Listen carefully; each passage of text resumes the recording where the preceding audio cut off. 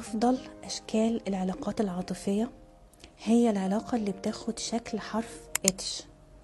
بيبقى كل طرف قائم بذاته، له حياته، مش مستند على الطرف الآخر، في بينهم بريدج أو كوبري.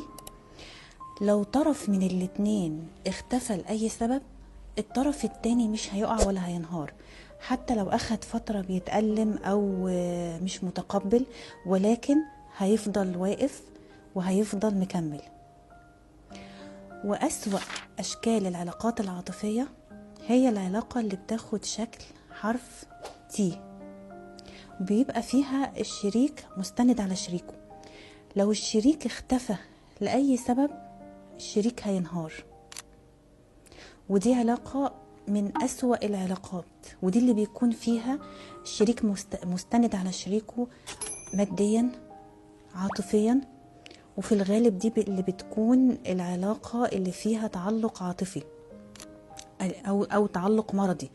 بيبقى الشريك متعلق بشريكه ويتقال بالنص كده: أنا ما أقدرش أعيش من غيره، أنا حياتي مش هتكمل من غيره.